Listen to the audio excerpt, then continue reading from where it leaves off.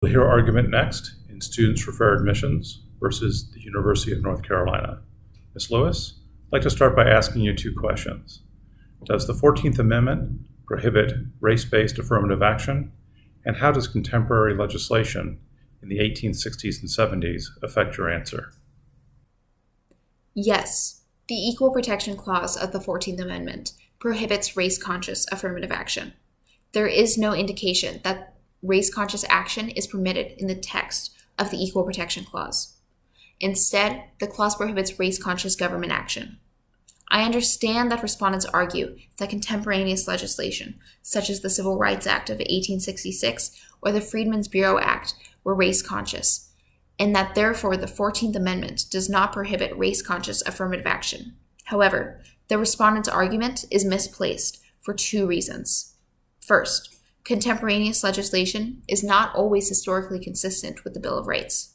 For example, the Alien and Sedition Acts were inconsistent with the First Amendment, ratified only 9 years earlier. Second, the contemporaneous legislation relied upon by respondents is not race-conscious.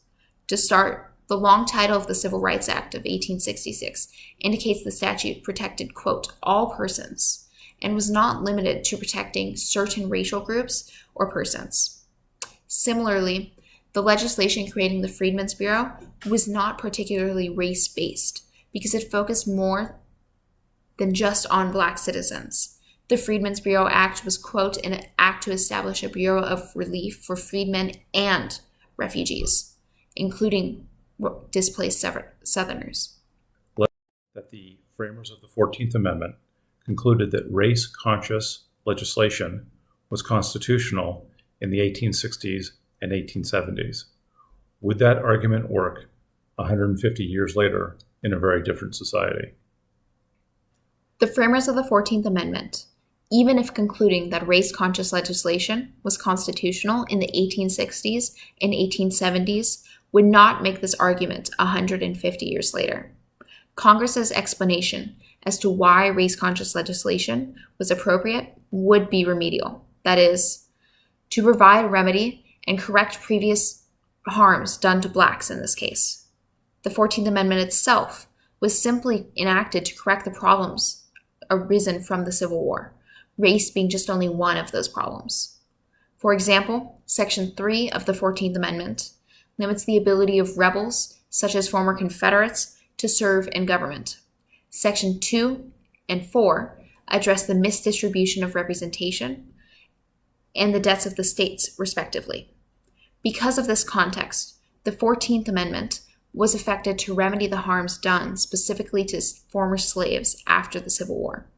In a different society, remedy is unneeded because of the relative equality in test scores, opportunities, and rankings. However, Section 5 of the 14th Amendment granted the authority to Congress to enforce the clauses of the 14th Amendment through, quote, appropriate legislation, end quote. Congress has already exercised their power in Title VI of the Civil Rights Act of 1964, which explains that, quote, no person, end quote, on the, quote, grounds of race, color, or national origin, be excluded from participation in, be denied the benefits of, or be subjected to discrimination under any program or activity receiving federal financial assistance, end quote. Congress, with the authority to enforce the 14th Amendment, has already rejected the concept of race consciousness and opted for race neutrality in a different society. Here, the petitioners are denied the benefits of higher education because the University of North Carolina admits students on the grounds of race. As a public school, the university receives federal financial assistance and is subject to the Civil Rights Act. The university therefore directly violates the Equal Protection Clause because of its race-conscious admissions policies. Therefore, the argument posed in the question cannot work 150 years later to correct previous wrongs. Let's assume that the framers of the 14th Amendment thought that people of African American descent deserved certain race-conscious privileges because of the special context of slavery. Would the framers have thought that people of other races, such as Hispanics, Asians, and Native Americans, also deserved special privileges.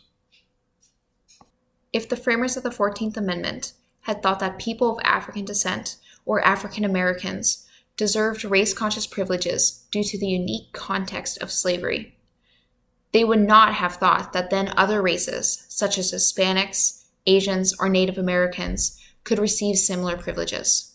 In other words, the framers would not have approved of race-conscious remedies for minority groups who have not been enslaved. In this case, however, the University of North Carolina grants privileges to more than just previous slaves or those affected by slavery. It defines underrepresented minorities as African Americans, Hispanics, and Native Americans. As the university's racial discrimination extends far beyond those affected by slavery, UNC's admissions policies would be inconsistent with the hypothesis that the framers of the 14th Amendment believed that people of African descent deserved race-conscious privileges due to the unique context of slavery. What would the framers of the 14th Amendment have thought about affirmative action policies that benefited people on the basis of sexual orientation or gender identity? The framers of the 14th Amendment would not have thought that affirmative action policies should benefit people on the basis of sexual orientation or gender identity, because they did not think about such identity. Moreover, affirmative action policies based on sexual orientation or gender identity were inconsistent with the purpose of the 14th Amendment. As I previously discussed in the answer to question 3, the purpose of the 14th Amendment was to correct the harm done by the Civil War. The 14th Amendment was not, however, an effort by the framers to create equality on all bases, such as sexual orientation or gender identity. Therefore, the framers of the 14th Amendment would not have thought about affirmative action to benefit people on the basis of sexual orientation or gender identity, because the purpose of the 14th Amendment was to correct the harm done by the Civil War. Does Brown v. Board of Education prohibit race-based affirmative action?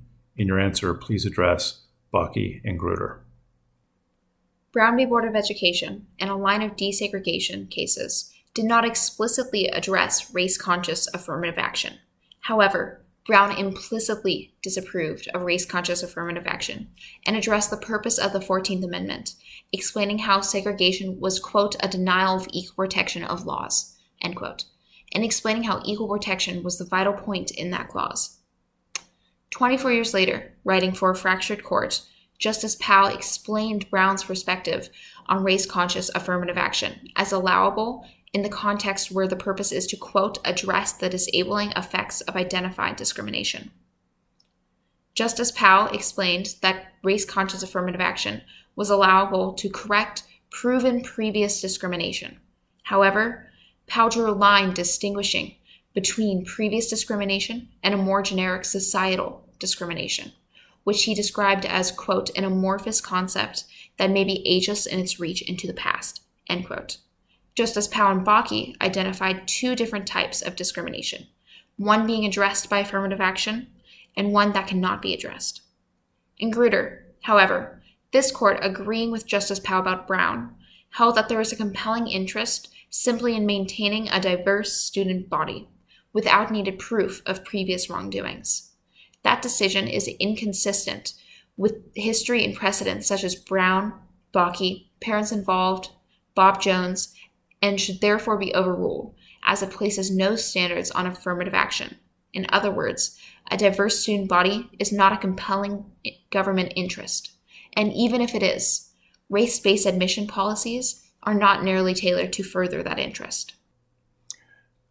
In 2003, Grutter observed that in 25 years, the use of racial preferences will no longer be necessary to further the interest approved by the Grutter Court. Will there ever be a time when racial preferences are no longer needed? If not, should the court allow racial preferences to go on for forever? In 2003, when Justice O'Connor, approving of Justice Powell's previous dicta, said that this court expected that 25 years from now, quote, racial preferences will no longer be necessary, end quote, to further the interest in student body diversity, that time frame was given for a reason. This court's dicta had a factual basis in Grutter, citing how test scores and grades of minority students had already increased.